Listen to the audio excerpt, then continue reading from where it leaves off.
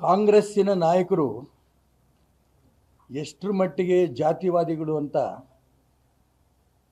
ಬಹಿರಂಗವಾಗಿ ಬೆತ್ತಲೆಯಾಗಿದ್ದಾರೆ. ಇವತ್ತು ಸಮಾಜದ ಮಠಾಧಿಪತಿಗಳಿಗೆ ನಾವು ಜಗದ್ಗುರುಗಳ ಸ್ಥಾನ ಕೊಟ್ಟಿದ್ದೀವಿ, ದೇವರ ಸ್ಥಾನ ಕೊಟ್ಟಿದ್ದೀವಿ.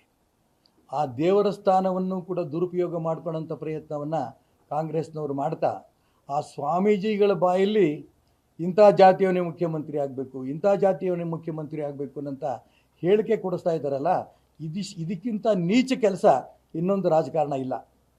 ಅದಕ್ಕೋಸ್ಕರ ನಾನು ಹೇಳ್ತೀನಿ, ರಾಜ್ಯದ ಮುಖ್ಯಮಂತ್ರಿಗಳು ಇರ್ಬೋದು, ಉಪಮುಖ್ಯಮಂತ್ರಿಗಳಿರ್ಬೋದು, ಕಾಂಗ್ರೆಸ್ ನಾಯಕರು ಇರ್ಬೋದು, ನಿಮ್ಮ ಆಂತರಿಕ ವಿಚಾರ ಇದು. ಇದನ್ನು ನಾವು ಭಾರತೀಯ ಜನತಾ ಪಾರ್ಟಿ ಆಗಲಿ, ಬೇರೆ ಯಾವುದು ಪೊಲಿಟಿಕಲ್ ಪಾರ್ಟಿ ಆಗಲಿ, ಇದಕ್ಕೆ ಮಧ್ಯಸ್ಥಿಕೆ ಬರೋ ಪ್ರಶ್ನೆ ಬರಲ್ಲ.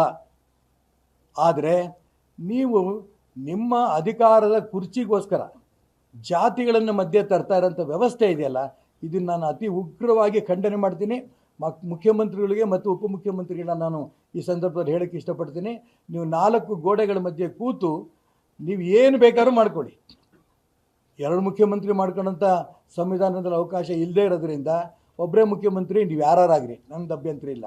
ಆದರೆ ಉಪಮುಖ್ಯಮಂತ್ರಿಗಳು ಎಷ್ಟು ಬೇಕಾದ್ರೂ ಮಾಡ್ಕೊಳ್ಳಿ. ಅದು ನೀವು 4 ಗೋಡೆಗಳ ಮಧ್ಯೆ ಕೂತ್ಕೊಂಡು ನಿಮ್ಮ ಪಕ್ಷ ಅಧಿಕಾರದಲ್ಲಿದೆ, ಹೆಚ್ಚಿನ ಸ್ಥಾನಮಾನವನ್ನು ನೀವು ಪಡೆದಿದ್ದೀರಿ, ನಮ್ದು ಏನು ಅಭ್ಯಂತರ ಇಲ್ಲ. ಆದರೆ ಅಸಹ್ಯ ಬರೋ ರೀತಿಯಲ್ಲಿ ಜನ ಮಾತಾಡ್ಕೋತಾ ಇದ್ದಾರೆ. ಇಂಥ ಕೆಟ್ಟ ಸರ್ಕಾರ ಸ್ವಾತಂತ್ರ್ಯ ಬಂದಾಗಿಂದ ಇವತ್ತಿನ ತನಕನೂ ಕೂಡ ಇಷ್ಟು ಜಾತಿ ವಿಚಾರ ಎಂದೆಂದೆಂದೆಂದೂ ಬಂದಿರಲಿಲ್ಲ.